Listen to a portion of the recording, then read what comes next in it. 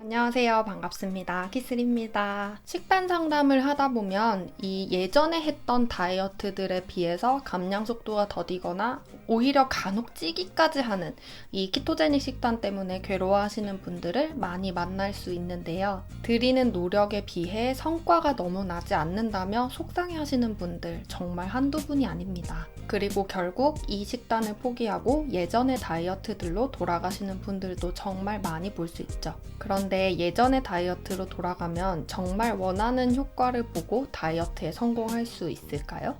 우리가 키토제닉을 그만두게 되거나 실패하게 되는 결정적인 이유들을 알아볼 텐데요. 그 첫 번째, 급바급진의 원리를 자꾸 망각한다는 점입니다. 여러분, 급진급바는 잘 아시죠? 급하게 찐 살은 급하게 빠진다라는 말의 줄임말인데, 거꾸로 급하게 뺀 살도 급하게 찌는 것은 마찬가지입니다. 그리고 우리는 오랜 다이어트의 경험으로 이 급바급진의 원리를 이미 잘 알고 있는데도 자꾸만 이 사실을 망각하고 말죠. 우리의 인체에는 항상성이라는 게 존재하기 때문에 일정 체중을 계속 꾸준히 유지하려는 경향을 보입니다. 그래서 덜 먹거나 굶는 방식으로 살을 빼게 되는 경우 일시적으로는 살이 잘 빠지는 것처럼 보일지라도 지속하기도 정말 힘들고, 더구나 다이어트를 그만두는 순간 정말 빠른 속도로 원상복귀가 되는 것은 물론 심지어는 살이 더 많이 찌게 되는 경우, 그러니까 즉 요요 현상을 겪게 되죠. 우리가 이런 종류의 다이어트를 하는 동안 호르몬 체계가 망가지고 대사 속도가 떨어지고 대사량이 줄어들면서 정말 살찌기 좋은 몸이 되기 때문입니다.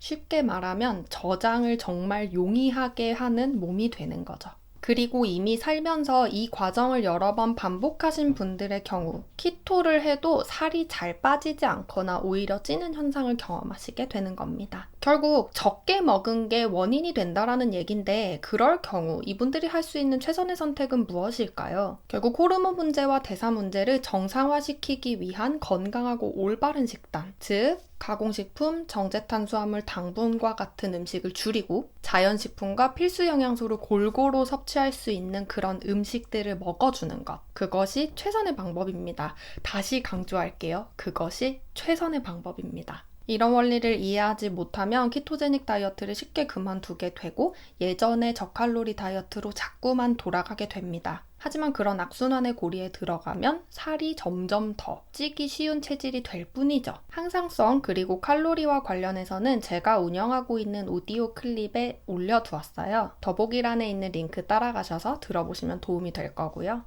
두 번째 이유, 장기적인 관점으로 보지 않는다입니다. 앞서 말씀드린 이런 인체의 시스템을 무시하고 단기적인 관점만을 취할 경우 키토제닉을 하면 자꾸만 다이어트에 실패하는 느낌을 받게 됩니다. 체중계에 올라가서 좌절 또 좌절을 반복하게 되죠. 이때 내가 지금까지 살아오면서 해온 그 다이어트들 때문에 내가 살이 찌기 쉽고 살이 빠지기는 어려운 몸이 되었다라는 사실은 잘 기억나지 않게 됩니다. 그냥 당장 체중계 숫자가 바뀌어주기를 바랄 뿐이죠. 그런데 이런 경우의 문제는 마음속에 조급증이 생기면서 저칼로리 식단으로 돌아가거나 식사량을 막 줄이고 싶은 그런 갈망감에 휩싸이게 된다는 겁니다. 저칼로리 하면 살 쭉쭉 빠질 텐데, 예전처럼 안 먹는 식단 하는 게 훨씬 쉬울 것 같은데, 여기서 식사량 좀만 더 줄이면 막 빠질 것 같은데, 이런 식으로 말이죠. 그리고 정말 많은 분들이 이런 이유로 이 식단에서 실패를 선언하고 다시 예전의 식습관으로 돌아가게 됩니다. 그런데 아까 말씀드렸듯이 이런 다이어트를 계속하는 경우 우리 몸의 대사는 점점 더 떨어지고 호르몬 체계는 점점 더 무너지면서 식욕도 조절할 수 없게 되고 장기적으로는 더 절대 무슨 짓을 해도 살이 빠지지 않는 몸이 되고 맙니다. 오히려 반대로 뭘 먹어도 미친 듯이 저장하는 그런 몸이 되고 말죠.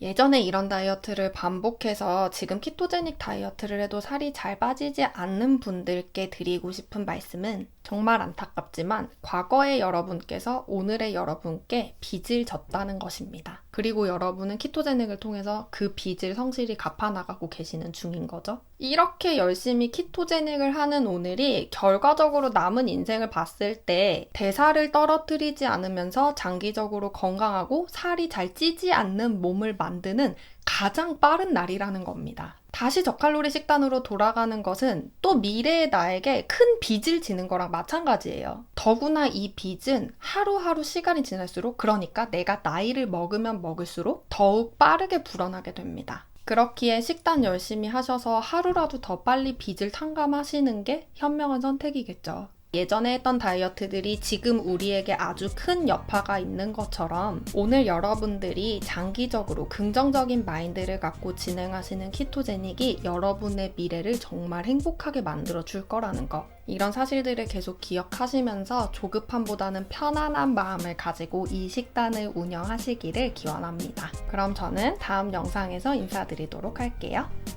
안녕.